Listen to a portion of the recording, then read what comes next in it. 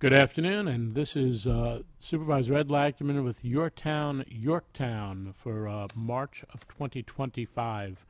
I'm joined here with two gentlemen that have a lot to do with the month of March, especially in the end.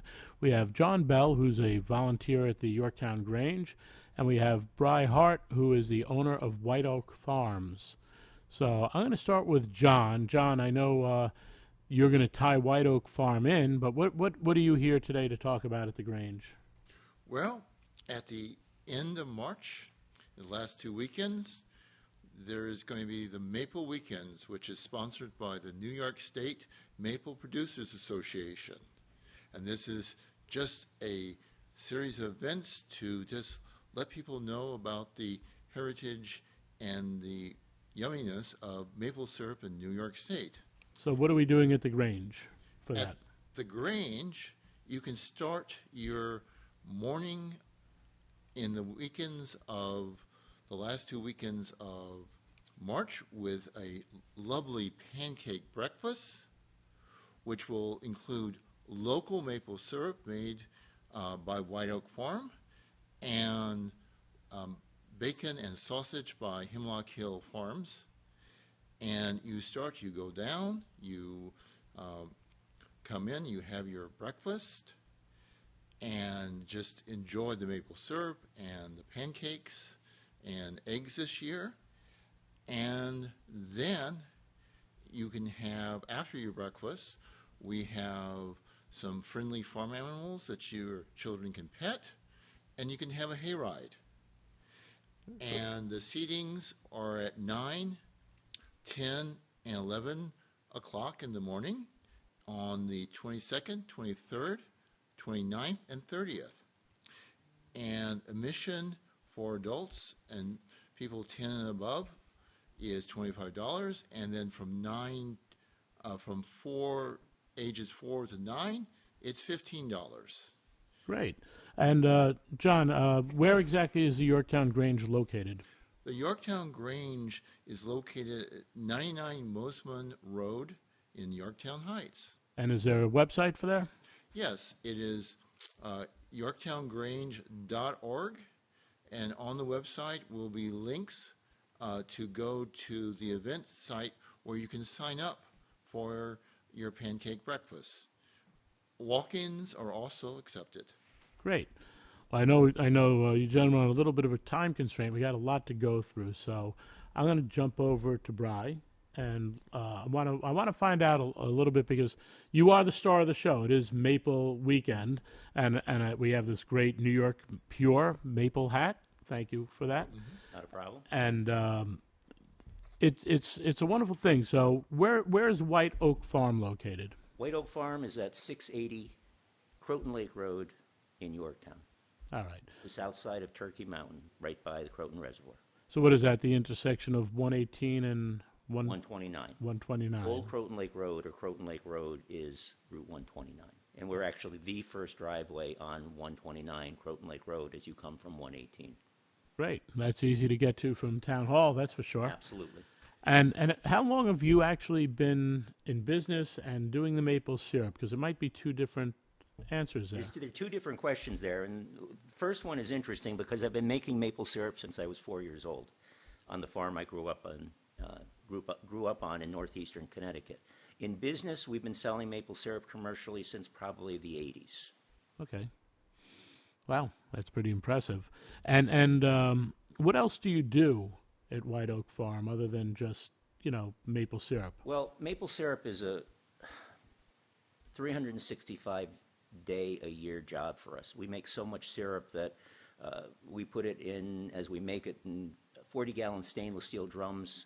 We'll make 800 to 1,000 gallons of syrup a year. You have to remember we have 2,400 trees tapped on the south side of Turkey Mountain, and we're probably boiling in the vicinity of 40,000 to 50,000 gallons of sap every year. So we're making a tremendous amount of syrup. It goes into stainless steel barrels, and as the year goes on, we open a barrel as we run low on syrup, and we refilter, we reheat, and we vacuum pack syrup, so we always have syrup on the shelves for our customers. But on top of syrup, we also do honey. We have 10 hives of honey 10 hives of bees, rather. We consider our honey absolutely delicious. It's sold not only at the farm, but local grocery stores and farmers markets and Hemlock Hill Farm. I will vouch for your honey. That is a absolutely true statement. It is great. It is delicious. I have honey and maple syrup every day, and we absolutely love it. And on top of the honey and syrup, we actually run a commercial sawmill and dry kilns at the farm where somebody may have an heirloom tree, a tree on their property that granddad planted 80 years ago, and it comes down in a storm or it has to be taken down for safety for some reason. Instead of it going into the landfill or into a fireplace, we can mill it, we can dry it, we can finish it, and we have local artisans who will make it into a new table for you. There you go. Whatever. And I know we were speaking a little offline and maybe adding some highlights to our boardroom as we look to renovate a little bit. Something we could do for you. If you have a tree that comes down in town property and you want to recycle that tree into a beautiful table, we can do that for you. Yeah, it's great to recycle. Now, are you open year-round, for visitations? We are open year-round. We're open from 10 o'clock to 4 o'clock Monday to Friday, and we're open from 11 to 3 on the weekends. But there's a caveat here. We are a working farm, and we don't keep anybody in our store, and it's a very small store with many maple products other than just syrup. There's maple candies, maple popcorn, maple peanut butter, all sorts of things. Don't forget the maple dog treats. The maple dog treats, lollipops, we have all sorts of great stuff. But because we're a working farm, we're usually out in the fields or out in the woods working. And what we do is we just have a sign on the door of our sugar house that says, call this number, and we come jump into one of our gators and run right down to take care of the customer. But we are there, as I said, 10 to 4 weekdays and 11 to 3 weekends. Fantastic. 300, well, I wouldn't say 365, but other than major holidays, we're open. Well, speaking of major holidays, I think you forgot one of the things you do, which I know if my daughter comes home for Christmas. Go ahead. Well, you have some of the best fresh cut trees around, and you do that. When do you start? Right after Thanksgiving? We start the weekend after Thanksgiving. We have beautiful, freshly cut Christmas trees, and we're proud of our Christmas trees because if you know the Christmas tree story, the big box stores actually start cutting Christmas trees back in September. September? That sounds absolutely ridiculous, but they do, and they refrigerate them and mist them to keep them fresh. Unfortunately, when they come in their house, sometimes, the needles don't always stay on. And I'm not saying that the box stores do that intentionally. It's just there's such a volume of trees that have to be cut that they have to start months ahead of Christmas. We have control over when our trees are cut, and our trees are cut literally the week before Thanksgiving. Literally days before we bring them in. They're very fresh. They're all premium Frasers, anywhere from 7 to 12. Actually, we had trees that were 15 feet tall this year. Wow. We had huge trees. Very fresh, and we sell syrup, honey, and trees during the Christmas period. So I'll just stay on the trees a second longer, even though it's not really Christmas yet. But I remember Sergio, my deputy supervisor, complaining that he got sold out on the trees or had to take one that at the very end. Sergio's great because last year when he came, and he was reminded, I've got to tell you, he was reminded a half dozen times to come and I'm sure. pick out his tree. And he came and there were 2 trees left last year, or actually the year before, not this last Christmas, the year before. And he was gracious enough to take both trees because he figured, I'm not going to leave him with just one tree. So he took both of them. Now this year he actually came early. He came, there were probably 2 weeks before Christmas. He grabbed probably the biggest tree on the lot. The tree was over 12 feet. It was actually 13 feet tall. But 4 times as tall as Sergio? Exactly. But you know what? That sale, I paid for that sale in the long run because Sergio said, can you bring it up to my house for me? And I said, sure, I'll throw it in the back of my pickup truck because he doesn't have a truck or anything. Yep. And so I go up to the top of the hill where Sergio lives and, can you just bring it in the house for me? Okay, Sergio, I'll bring it in the house for you. Can you string some lights on that? Exactly. Well, you're kidding, but it's the truth. We pulled this huge, and the tree probably weighed 100 pounds. It was huge. Yeah. We got it through the door. I don't know how we got it through the door. We had to put it over the railing of his deck, dragged it through the door, and we got it in, and Sergio goes, can you help me put it up?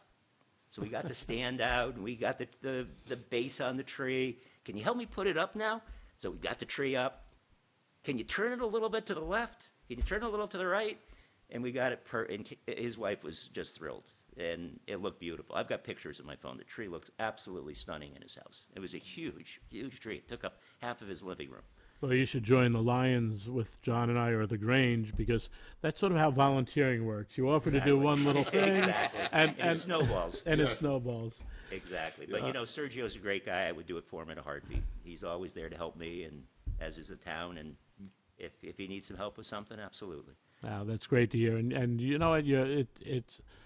I just had this conversation earlier. It's so important that the town understands that we're partners. We're all here together. Yep. We all coexist, and we all need to make sure that we are caring for each other as a community. Shop local, be there for your neighbors. It's important, and unfortunately, I think in a lot of times in government that gets lost. Yeah.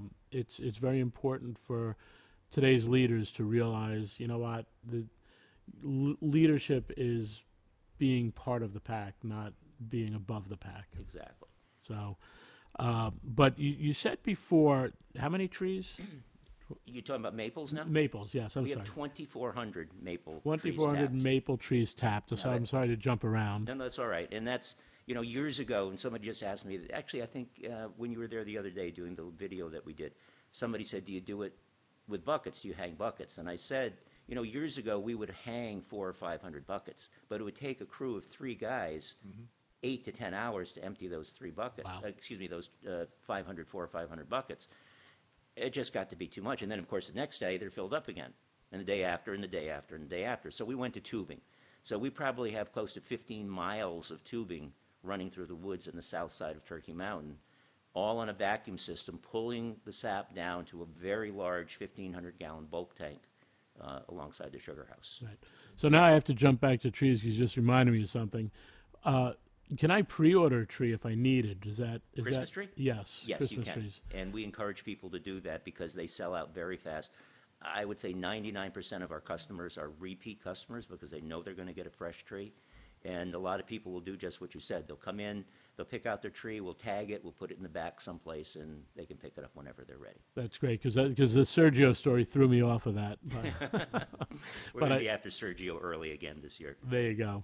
Just don't offer to drive it up there. Yeah, well, I think I'm going to get hooked into doing that again. Possibly. We've set a precedent with that. Okay, so 2,400 maple trees tapped, tubed in. How many gallons of sap per day? We figure a tree on vacuum on an average year. And you have to remember, and we'll talk about this in a little while, we've had very short seasons down in the southern part of New York. And we are, as we've said before, I am the southernmost, or White Oak Farm is the southernmost commercial producer in the state of New York. Being the southernmost, we're very much affected by early springs, and we've had early springs the last 4 or 5 years. You know how cold it's been this year. We had a very cold winter. It was 8 below zero a couple days at my house. And unfortunately, the transition in this area of New York from a cold winter to spring is not always a transition from winter to early spring. A lot of times lately it's been transition from a cold winter to a mid or late spring, and that's what happened again this year. You all know, everybody knows that we were hitting almost 70 degrees last week. And what happens with trees is the function of sap being drawn up out of the roots is to nourish the new buds. And once those buds see that warm weather, feel the warm weather, they're going to open up. And once they open up, the season is over. So to answer your question, on an average year, we collect about 40,000 gallons of sap and process that. Wow. Our evaporator is very fast. Our evaporator and RO can do about 1,000 gallons an hour. So we're flying. When we make maple syrup, we're filling up one drum after another because we're processing very quickly. This year was a little less. We probably did 30, maybe up to 38,000 gallons of sap this year because we did have a very quick season. It was over. Actually, it's over now. The sap stopped running, probably in the last couple of days, actually. So how many acres of trees and farm do you have? We have about 24 acres altogether, including some property that we lease from New York City DEP. In fact, we have the only agricultural lease east of the Hudson River with the DEP, New York City DEP. Wow, that's interesting. And actually, for those that don't know, we have a lot of farming in Yorktown. We do have a lot of farming. Yeah, we have apple orchards. We have we have vegetable farmers. Vegetables right next door with meadows. We have alpaca farm, meat farms. Hilltop Hanover. Yep.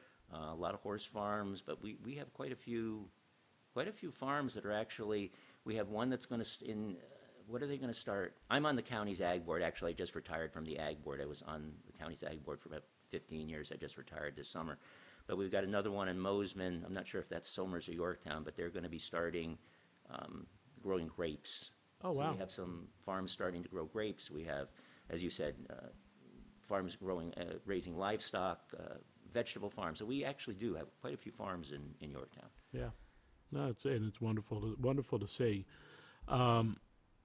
So you already spoke a little bit about the process of making maple syrup, where you're taking the sap out of the trees, it comes down, it gets into the evaporator, That's correct. and then what follows with that? The process of making syrup is the same as it's been since colonial times. Actually, the Native Americans were the first to begin making maple syrup.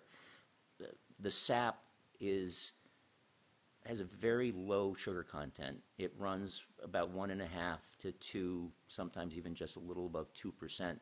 And what that correlates at 2%, it would mean it takes 40 gallons of sap to make 1 gallon of maple syrup. Now, that's with sugar maples. We actually tap both sugar maples and red maples on the farm. Red maples have a much lower sugar content. The taste is exactly the same. There's no difference between maple syrup made from a red maple or a sugar maple. You couldn't tell the difference. But being that they run lower in sugar content, our ratio has been about 60-1. So it takes about 60 gallons of sap to make 1 gallon of maple syrup. And if you think of one of those very large garbage cans, they're about a 30-gallon garbage can. So you'd have to fill up 2 of those to make, I don't have a gallon container here, but to make 1 gallon of maple syrup, you would have to boil down 60 gallons of sap. It's Wow. a lot of sap. It's a lot of energy. It's a lot of manpower. It's a lot of work to do that. Which makes it so good, and which also makes it a little more expensive than the store-bought garbage. So It to is. speak. It is. And I don't think people realize just how much work is involved in making maple syrup. And it's not only the collection of the sap, the running of the tubing, keeping the tubing clean. We're in the woods every day because it's on vacuum. We're in the woods every day checking for vacuum leaks. Squirrels love maple syrup. Love maple sap. So they know that there's sweet stuff in those tubes, and they're gnawing on it constantly. And anytime there's a hole in one of those tubes, we lose vacuum, and then we're not pulling the sap off the mountain anymore. So there's a constant time that we're just in the woods looking for vacuum leaks. Wow. So there's a lot of time spent. Even in the summertime, we're cutting and splitting wood. We probably burn about 40 cords of wood a year in our sugar house just to make syrup.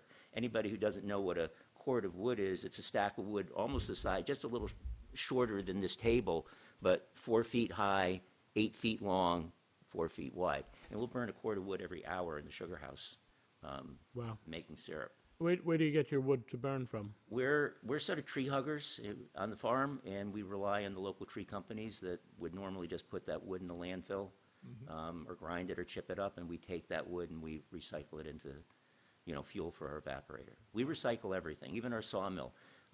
Everything is cut up and recycled. The sawdust goes down to stone barns as blueberry mulch. The shavings go down to stone barns for animal bedding. We recycle everything. Blueberry mulch. So. Blueberry mulch to put around their blueberry bushes. I might need a little from you this year. Maybe that's why all my blueberries die on me. Well, the sawdust is very acidic, and blueberries love that acidic mulch around them. Yeah. Fantastic. Yeah. All right. So we spoke a little bit about the weather already. So would you consider this year a decent year at least, though? I would say this is an average year, and as I said before, being so far south, we're very affected by very rapid warming. And as I said, we went from a very cold winter to sort of a mid-spring. We didn't have that transition where we would be in the 20s at night and only get up to 40, 45 during the day. We went from cold to up in the 50s and 60s. And you have to remember, to make maple syrup, there has to be a freeze thaw. The trees respond to below freezing at night and then up in the upper 30s and 40s. And it's that freeze thaw. It's like squeezing a can of a toothpaste even. You know, it's that freezing and thawing that forces that sap up. Sure. And without that freeze thaw, the tree doesn't produce sap. It doesn't bring it up out of the roots anymore. Right. So I know that we will be visiting John for breakfast at the Grange. Yes. Possibly even, I don't know if my wife signed us up to volunteer with the Lions or That'd not. be great.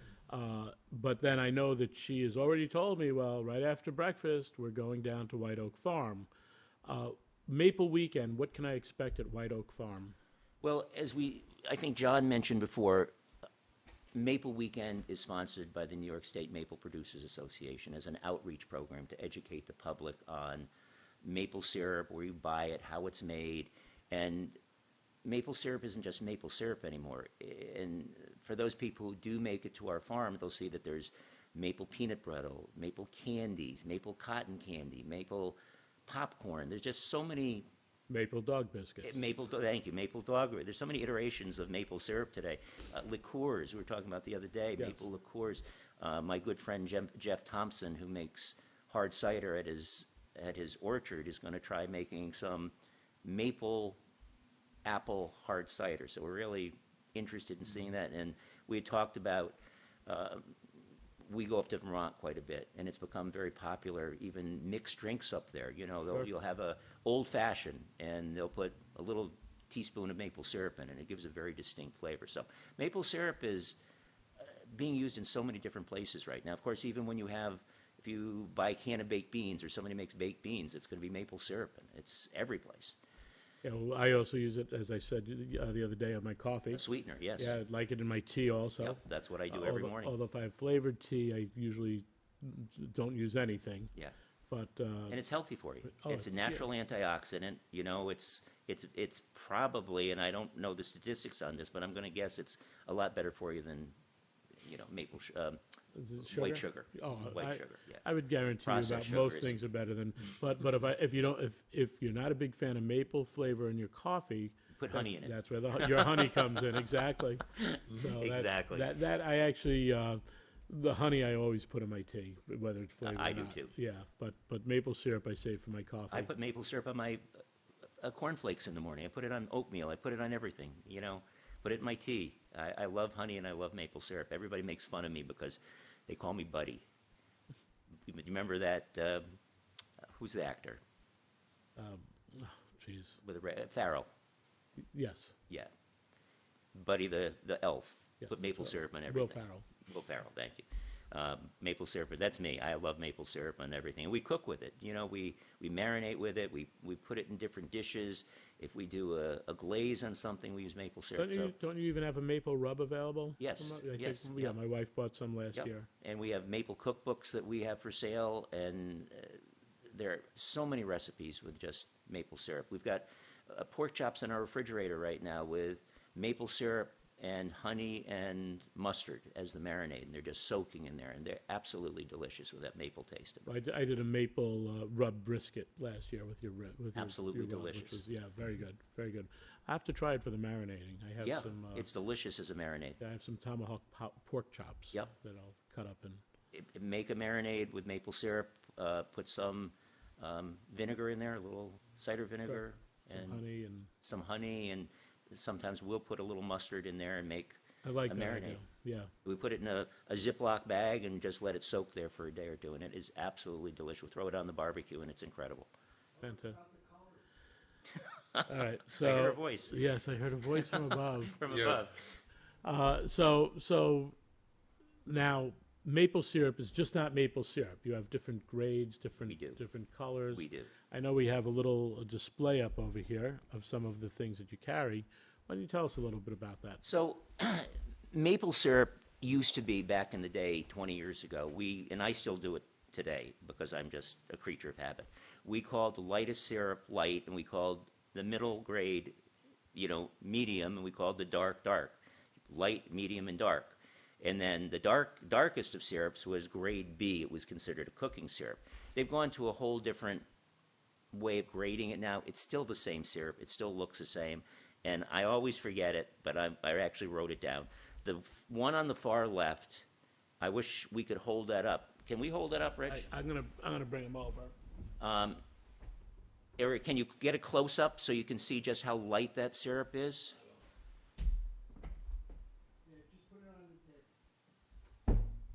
So that syrup that Ed just brought from the table over there, that's called Golden Delicate. And it has a very delicate flavor.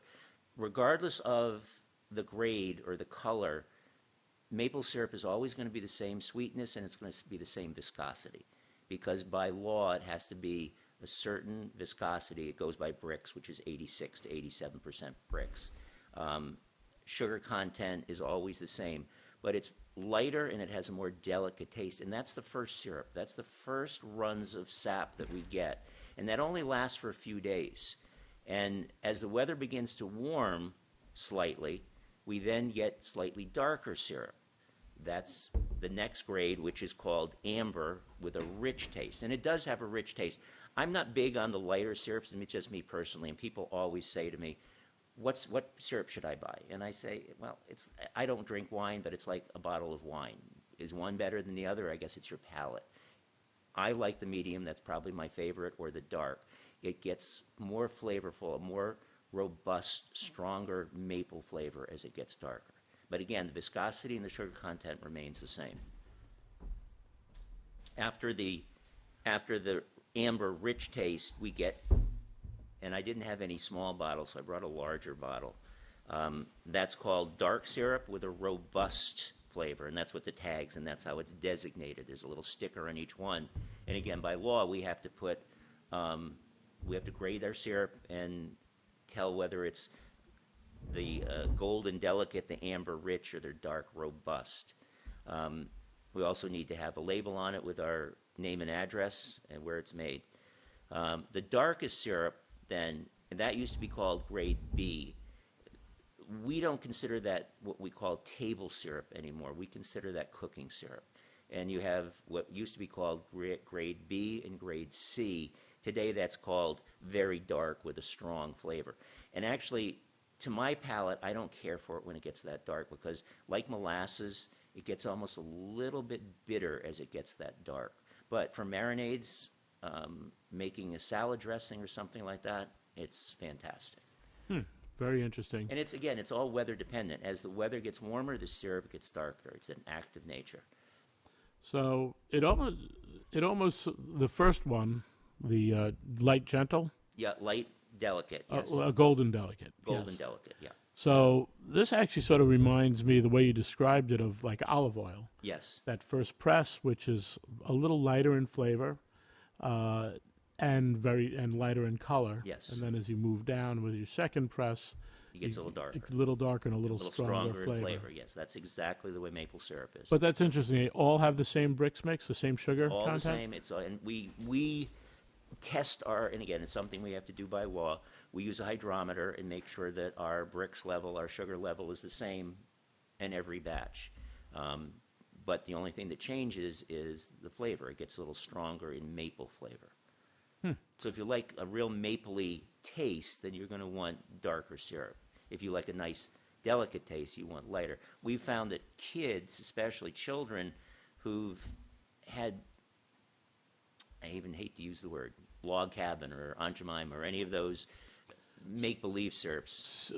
Maple flavored topping, I think they call it. You know, when I was a kid, it always used to have, it was artificial, but it always had, it would say, I forget, 2% or 3% maple syrup. They don't even have any maple syrup in those, whatever they call those fake syrups. I'll call it fake syrup for want of another word. But children find the lightest syrup more palatable just because they're used to that store fake syrup that really doesn't have a lot of flavor to it. It's mostly just cane syrup and some coloring, I guess. All right. Well, very interesting. Some imitation flavor. So I want to hit back on a couple two questions that we already asked, and I'll start, John. Yeah. Once again, the location for the Grange and the hours that we're doing the breakfasts on the, and all of these events are the 22nd, 23rd, 29th, and 30th of March. So where's the Grange located, John? It's 99 Mosman Road in Yorktown Heights. Okay, and that's right near St. Pat's Church, another good reference point for it, right behind it. And what are the hours of the seatings that you're doing for this? We have 3 seatings on Saturday and Sunday at 9, 10, and 11 o'clock in the morning. And then when you're done eating, you could go play with the farm animals and take a hayride. Exactly. I think last year you had some chickens or roosters there that I got to hold. Very likely they'll be back. All right. Well, just be careful with those chickens. They're a high commodity item nowadays, Exactly. especially if they're egg layers. Yes. And Bri, what about for you, the location again? We're at 680 Croton Lake Road in Yorktown, which is also known as Route 129. We're actually at the intersection of 118 and 129, just a quarter mile west of the intersection. Okay. We're going to be hosting Maple Weekend from 10 o'clock to 4 o'clock every day with tapping demonstrations, a Sugar House tour, our Maple Theater, our full line of maple products in our store. We're going to have a couple of vendors there. Dave Tuttle is going to be selling his maple and honey, our maple and honey granola, which is absolutely delicious. And there was talk of Jeff Thompson coming by and selling some of his cider also, hard cider. Oh, that would be great. His cider is It's phenomenal. delicious. Yeah, Delicious. very good. And I have now come up with my idea for a maple drink. It would need the light syrup, but I think we're going to experiment, and I'll have to have you as an expert. There you go. Maple mojitos. Maple mojito. So what would be in that, Ed? So, well, mojito is usually sugar, mint, lime juice Okay. muddled together, and then rum and It's a rum drink. rum Okay. drink, and then most people top it with a little club soda. I don't when I make my mojitos. So I think that we can do that with everything the same. Just take out the sugar and add the maple Add the syrup. maple But syrup. it would have to be the lighter, so just give it a Just little bit of Just flavor. a little bit of sweetness. Because I don't know how the maple and the mint will. If you went with a stronger syrup, it might overpower it. Yeah. Exactly. So- And of course, you and I spoke the other day. I'm not a heavy drinker. I'll have a drink every now and then. but I am not love- either. Both of us are not heavy drinkers. But I love old fashions. Yes. I'm a bourbon drinker. I love old fashions where they will substitute a little bit of maple syrup instead of the sugar syrup, Yeah. the white sugar syrup that they normally put in. And here's what I'll say: anyone, if you're looking for something to do, come on up. If you're catching this in the city, I would much rather drive from the city to Yorktown for some great maple syrup and activities than driving from the city to Vermont with my kids in the car. And come up and if you have an idea for a recipe, write it down and give it to Brian. It would be great. Maybe we'll have to do a little contest when we get into the fall. I think that's a great idea. Yeah, we could do our maple drink competition. Absolutely. So have to work and on I would love to be a judge for it. And I'll be co-judge. There you That go. Sounds great. That So- sounds great. But with something, to piggyback on something you just said, we're expecting 1,500 to maybe 2,000 people, and the majority of those people are from New York City, Long Island, and parts of New Jersey because, as we said before, White Oak Farm, we are the southernmost commercial producer in the state. And it sounds funny because, as you just said, a lot of people, if I wanted to go in the fall to look at the foliage, I'm probably going to go up to Vermont or something like that, upstate New York. But a lot of people in the city, this is the country. This is upstate. And it's great for us because if they want to participate in Maple Weekend, it's not that far coming out of the city to run up to White Oak Farm. And Yorktown's a great town for them to, after they've gone to the breakfast and they've done the tours with us, to go have lunch or get gas or whatever. well, how about all the great commercial that's come in? We have the Uncle Giuseppe's. Exactly. Five Below just opened. Michael's will be opening by then. We have TJ Maxx had their grand opening. Yep. Plus we have some new art places, places to work out. Yorktown is booming right now, and It really is. there's a lot to go around. Pretty soon we're going to have Paris Baguette opening over by BJ's. Yes. And they have Smoothie King and Crumble Cookie. We have a lot going on yeah. in Yorktown. And again, those people, after they've had their pancake breakfast and they've run around the farm for a while and their kids have burned off some energy, they're ready for lunch and Absolutely. fill up with gas or go to any of our great stores here in town. So we're sort of proud of that, proud of the fact that we're contributing to that, influx of a little extra money into town, and I think it's a great thing. Everybody helps each other. Well, John, Bri, thank you so much for your time tonight, Thanks, today. Ed. Yes. And this is fantastic. I know I'll see you for breakfast in 2 weeks, and Exactly. we'll be down to see you. Can we see that hat on you, Ed? Ah. And this, by the way, this is the official New York State Maple Producers Association hat for Maple Weekend, and it is New York grown. I will be. Sir. I will wear it when I come down. We want to see Good. that. That's great. Thank you, Yes. Ed. Well, And I wanted to say one other thing. I want to thank you personally for all of your help in getting us volunteers, because it's both the Grange and Yes. White Oak Farm. It really is a huge undertaking to have that many people come in. We're a small operation. The Grange relies on volunteers. We do. And you gave us a couple of great contacts, and I have probably a half dozen people that have responded, great kids from Yorktown High School who are excited about spending the day with us and doing all sorts of different things. So I want to thank you personally for all of your support. Like I said in the beginning, it's all about community. It's all about partnership. And, I thank our school system, Dr. Hatter. He was great, by the way. Yeah, no, he's one wonderful job he does. He cares about our kids. He keeps a great education, and one of the big things they work on is what's that community service value. Yes. And it's one of the things that makes Yorktown so exceptional. But as our farming, our volunteerism, great place to live, raise your children. But even if you can't get up here yet, or you need the city, it's really a great place to visit with a lot of things to do. There's a lot going on here. Yeah. So once again, I thank you both for your time, and I thank all of you for watching Yorktown, Thank Your you. Town. Yes. Thank And we will see you soon. Thank you. Thanks.